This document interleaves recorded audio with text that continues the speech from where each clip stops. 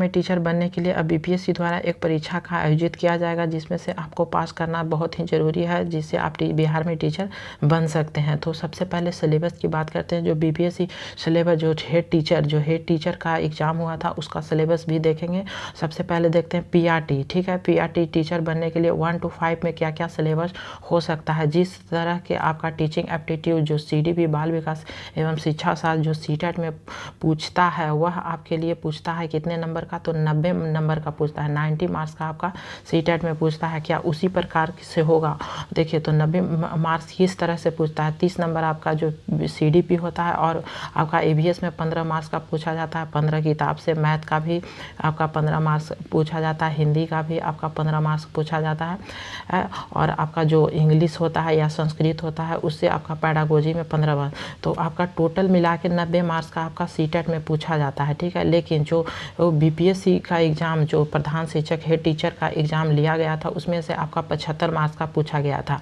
तो सिलेबस क्या होगा, इस पर विचार हो रहा है। तो जब नोटिफिकेशन आएगा तो आपका सिलेबस में जानकारी हो जाए कितने मार्क्स का होगा। लेकिन जो पढ़ना है वह आपको यही सब आपको पढ़ना होगा, क्योंकि जो प्रधान शिक्षक का लिया गया था आपका जो 75 मार्क्स का आपका बाल विकास का, उससे तो लिया गया था। तो हो सकता है इसी प्रकार का आपका रह सके। ठीक है, तो देखिए टीचिंग एप्टीट्यूड आपको करना ही करना है, क्योंकि आपको इसके बिना आपका टीचर में आप नहीं बन सकते हैं। ठीक है, क्योंकि टीचर बनने के लिए आपको टीचिंग एप्टीट्यूड बाल विकास होता है, उसको बहुत ही अच्छे तरीके से आपको करना होगा, और इसी से आपका मार्क्स भी 100% बढ़ेगा, क्योंकि नंबर बहुत ही हाई होगा। 75 मार्क्स का उससे भी ज़्यादा हो सकता है। ठीक है, लेकिन इससे भी कम हो सकता है, लेकिन आपका जो नंबर दिलाएगा वह आपका टीचिंग एप्टीट्यूड बाल विकास ही नंबर आपको दिलाएगा। ठीक है, अब बुक की बात करते हैं। जो ईवीएस का बुक होता है वह ईवीएस का है, मैथ का है, हिंदी का है, इंग्लिश होगा या फिर संस्कृत होगा, या फिर जो बिहार राज्य में है वह आपके बिहार राज्य का ही यह सिलेबस है। तो यह आपका जो बिहार राज्य का ही आपका भोजपुरी बिहार में ही होता है। ठीक है, तो देखिए, तो ईवीएस मैथ हिंदी और भोजपुरी यह सभी से आपको जो बुक है वह आपका क्या होगा, एक अपने राज्य में बुक चलता है और एक पूरे भारतवर्ष में चलता है। जिस तरह से आप सीटेट की तैयारी कर रहे होंगे तो आपने एनसीईआरटी का बुक, ठीक है, एनसीईआरटी का बुक सभी ने फॉलो किया होगा। ठीक है, वह पूरे भारत में एनसीईआरटी चलता है, इसीलिए ईवीएस का एनसीईआरटी 3, 4, 5 आप सभी लोग पढ़ चुके होंगे। ठीक है, तो आपको इससे पढ़ना और अच्छी तरह से पढ़िएगा। ठीक है, एक एक लाइन एक एक पॉइंट आपको अच्छी तरह से पढ़ना होगा। उसके बाद क्या करना है, उसके बाद एक अपने राज्य में एक चलता है जिसे कहते हैं एससीईआरटी। ठीक है, एससीईआरटी, तो अपने राज्य में एससीईआरटी चलता है, तो ईवीएस का वहाँ से आपको पढ़ना होगा, जिससे आपका कंफर्म हो सके कितने नंबर हमें आ सकता है। ठीक है, और मैथ का भी एससीईआरटी चलता है, और हिंदी इंग्लिश या फिर भोजपुरी का। तो सभी लोग आप एनसीईआरटी के, तो आपको 2 बुक लेना बहुत ही ज़रूरी है, एक एनसीईआरटी का बुक और एससीईआरटी का बुक है। ठीक है, जिससे आपको अच्छा मार्क्स आ सके। तो यह पीआरटी का सिलेबस 1 to 5 का सिलेबस था। अब 6 to 8 का सिलेबस देख लेते हैं।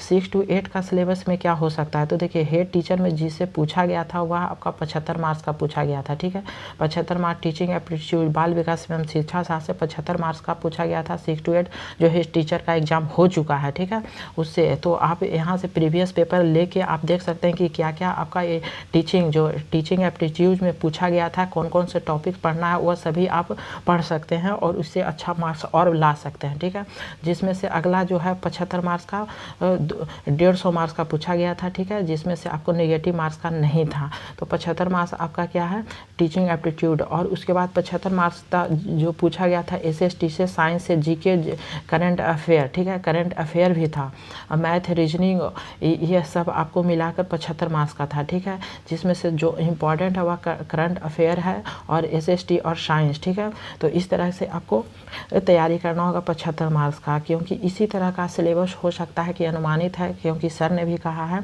कि अनुमानित है कि इसी तरह का आपका सिलेबस होगा। ठीक है, जो रंजीत कुमार जो हैं आईएएस, उन्होंने कहा है कि इसी तरह का अनुमानित है, इसी तरह का आपका पीआरटी, टीजीटी और पीजीटी में सिलेबस हो सकता है। ठीक है, तो यह आप अभी से तैयारी करना स्टार्ट कर दीजिए, क्योंकि आपको तैयारी अभी से करना होगा। क्योंकि ये कभी न्यूज़ में आता है कि ये आपका सिर्फ 1 मंथ का ही टाइम मिलेगा, 2 मंथ का ही टाइम मिलेगा। कभी न्यूज़ आता है कि आपका 100 मार्क्स का ही होगा, कभी आता है 150 मार्क्स का होगा, तो कभी आता है कुछ और न्यूज़। तो इस तरह से आप तैयारी कैसे कर सकते हैं, ठीक है। तो अभी से ही करना स्टार्ट कर दीजिए। कहाँ से करना है तैयारी, ठीक है, कहाँ से करना है, बुक हमने बता दिया है। एनसीईआरटी और एससीईआरटी का बुक आपको पढ़िए अभी से ही, चाहे वो आपका हिस्ट्री हो, ज्योग्राफी हो, एसएसटी का हो, जिसमें से हिस्ट्री, ज्योग्राफी, आपका सिविक्स हो, इस तरह से, और साइंस का भी आपका बुक।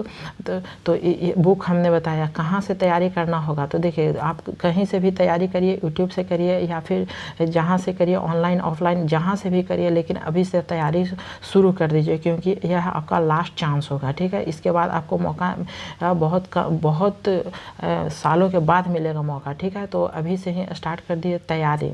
तो आप इस वीडियो को लाइक शेयर कीजिए। Thank you for watching this video.